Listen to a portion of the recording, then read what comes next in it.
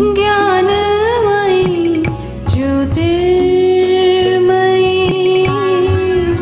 मरियं तु दयामयी मरियं तु दयामयी मरियं तु दयामयी. Hi, I'm Mrs. Stessy Babu.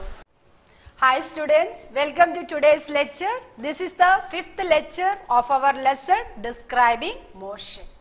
In the previous class, we were discussing about new terms. I think all of you have learned that terms. Yes or no? Priyanshi, can you say which are the different terms we had seen?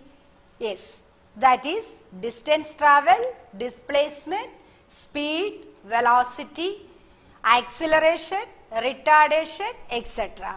Naveen, can you say what is the difference between acceleration and retardation? Yes, if the velocity of a body increases with time, we say that the body is having acceleration. On the contrary, if the velocity of the body decreases with time. So, if the velocity of the body increases with time, velocity of the body increases with time, we say that the body is accelerated. Understood? On the contrary, if there is a slope, so what happens? The velocity of the body gradually decreases. So our acceleration becomes negative. That is, initial velocity will be more and final velocity will be less. So this negative acceleration, which we have called retardation or deceleration. Yes, is it clear? All the terms. So what we will do today, we will start with a new topic. This topic is very important because for your higher studies 11th and 12th, this graphical representation of motion is very important. Now, coming to graphical representation. Suppose a body is moving along a straight line path like this. See, a car is here. It is moving along a straight line path. This straight line motion we can represent by using a graph. There are 3 types of graphs. One is distance time graph, second is velocity time graph, and third is acceleration time graph. So whenever we are drawing a graph, you know that a graphical representation is much more informative. Yes or no? Yes. So how we will draw the graph? First, when we come to distance time graph, 2 variables are there. One is distance and other one is time. Out of this, distance is dependent variable and time is independent variable. So while we are drawing the graph, always remember dependent variable will be taken along y-axis and independent variable will be taken along x-axis. So here you see, I am going to draw distance time graph. Which is the dependent variable? Distance. I will take that along the y-axis. Which is the independent variable? Time. I will take that along the x-axis. Okay, that concept is clear. Which will be taken along y-axis? Which variable will be taken along x-axis? Now, you have learned what is the shape of distance time graph for a uniform motion. Are you remembering when we learned about uniform motion? We had seen that thing. So, what is the shape? Yes, straight line. So, if we draw the graph, we are getting a straight line like this. So, remember, the distance time graph for a uniform motion is straight line. Now, when we come to non-uniform motion, what is the shape of the distance time graph? That is a curve. Either it is a curve or it is a zigzag line. Understood? Now, third case is possible. What is that? Here, a body is at rest. How will we draw the graph for body at rest? When we draw the graph for the body at rest, here distance will be taken along the y-axis. Time is taken along the x-axis. So all the time the same distance, that means as the time goes, body is remaining at the same place. Here I am keeping this pen here. Now pen is at rest, yes or no? If I see 8 o'clock the pen here, 8:10 also the pen is remaining the same. So how I will represent this situation? Graphically, that is, distance is taken along y-axis, time is taken along x-axis, and see the graph every time. As the time goes, the position of the object is same. So this is the distance time graph when the body is at rest. Next we come to velocity time graph. What is the change happens? Very simple thing. In distance time graph, the variable distance was taken along y-axis and the variable time is taken along x-axis. Coming to velocity time graph, velocity is the dependent variable, time is the independent variable. So velocity will be taken along y-axis, time will be taken along x-axis. Now what is the shape of the graph? It is a straight line. So what type of motion it is? It is uniform motion. Clear? Now suppose we want to represent non-uniform motion for velocity time graph. What happens? The velocity continuously changes, not uniform. Therefore, it will be non-uniform motion. So this will be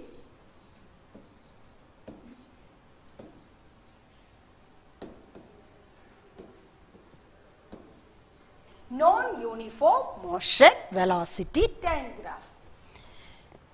Now the next graph. Here you see the velocity of the body remains constant. We had seen many examples with constant velocity. Are you remembering? Yes. When graphically we are representing such a case, what we will do? Velocity is taken along y-axis, time is taken along x-axis, and what is the shape of the graph? It is a straight line parallel to x-axis. Now, the three types of graphs we have seen. So, when the speed of the body remains constant, speed remains constant means the velocity remains constant. Therefore, its acceleration is 0. Change in velocity is equal to 0 in that case. So, acceleration is 0. Now, second thing, when the speed of the body changes at a uniform rate, that means it is uniform acceleration. And third point, when the speed of the body changes in a non-uniform way, so it is non-uniform acceleration. Now, next thing, what is the benefit of drawing this distance time graph, velocity time graph, acceleration time graph, etc.? First thing, from the graph we are able to understand that whether the motion is uniform or non-uniform. When we see straight line graph, immediately we will understand that motion is uniform. When we see a curved line or a zigzag line, immediately we say that the motion is non-uniform. Now, second benefit is from a distance time graph, we are able to calculate speed of the body. How can we calculate speed of the body? That is a new technique that I will explain here. You please listen. That is by taking, what is this? Slope of the graph. Do you know how to take the slope? First of all, we are drawing the distance time graph. See what is the shape of the graph? It is a straight line. So what type of motion is it? Uniform motion. Now the question, from the graph, how will we find out the speed? For that, I said we have to take slope. How? See here, on the graph, Anywhere I make a point. Here I made a point. From that, draw a vertical line which touches the x-axis. Understood? Now, I am getting a triangle. If I write here A, B, C. See, you can see a right angled triangle ABC. In this, see what is this height? Height means position. Position means distance. Now, what is this? That this is AB is equal to time. So, S upon T. What is S upon T? That is equal to distance travelled by time. That is equal to speed. So, from the distance time graph, how can I take the slope? Slope is equal to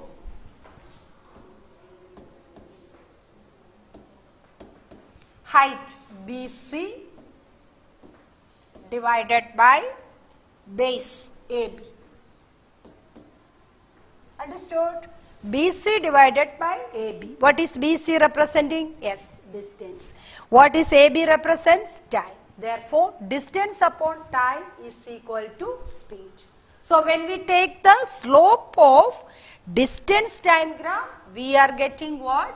Speed of motion. Suppose 2 or 3 graphs are drawn on the same graph paper, you are able to see which body is moving with maximum speed. How will you know that? The one which is having bigger slope or the greater slope, that is known as having highest speed. See, slope idea I will give you. Just imagine that this is my x-axis, this is my y-axis, and this is the shape of the graph I am taking. Suppose the graph is along the x-axis. Is there any slope for this? Can you see? This is my graph line. It is along the x-axis. Is there any slope? No. But if the graph shape is, see, like this, I am racing. Yes or no? So what happens? The slope increases. So whichever line, the graph, whichever line is near to the x-axis will have least slope, and whichever line is near to the y-axis will have maximum slope. So what is our conclusion? If the graph is near to x-axis, speed is minimum. If the graph is near to y-axis, that body is having maximum speed.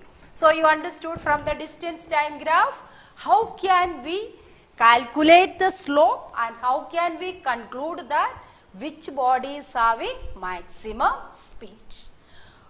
I hope you understood how to take slope. We want to use it for the next part again, this concept. Okay?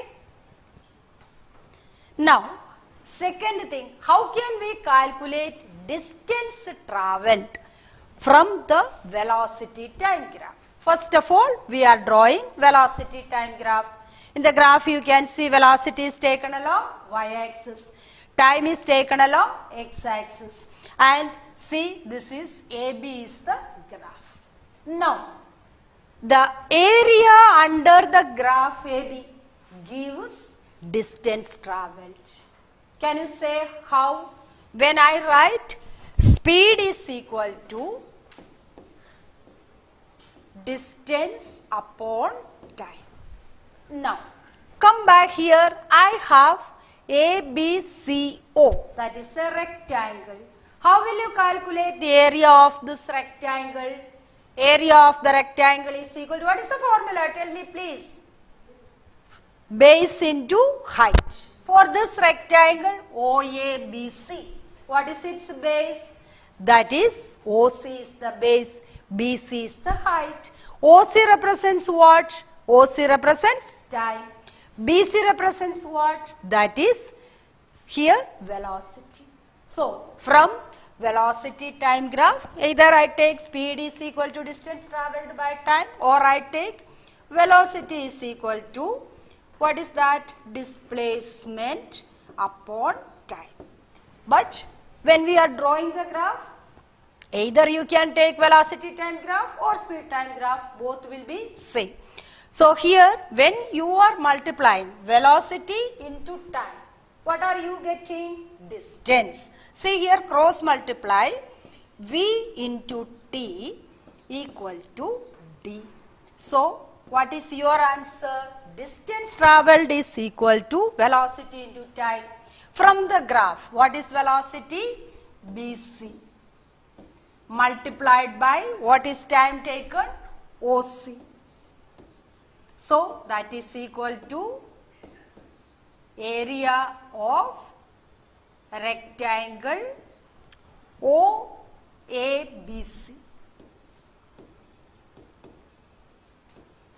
Rectangle OABC. So understood how to calculate distance travelled from velocity time graph.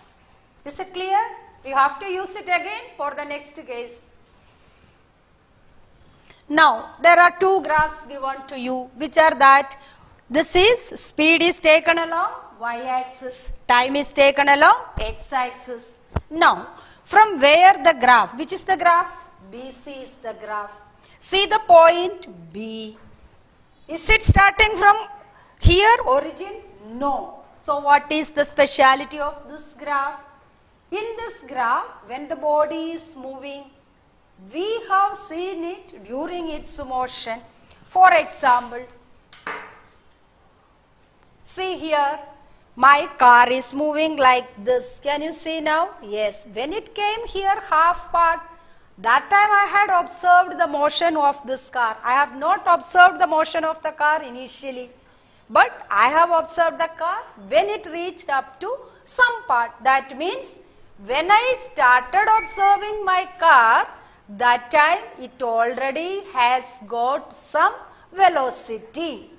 Understood? Initial velocity is not zero in this case. Graphically when we are representing, see here, B represents the initial velocity. Already that velocity is here, and C represents here the final velocity. So I hope you understood what is the difference. Here the graph is starting from B. That means the body is having some initial velocity earlier. Now this is the graph, that is, can you say from the graph what it is? Velocity is taken along y-axis, time is taken along x-axis. Then how? The graph, see here, the line is coming like this. What it means? Initially, at initial time when I started observing, what is its velocity? Maximum.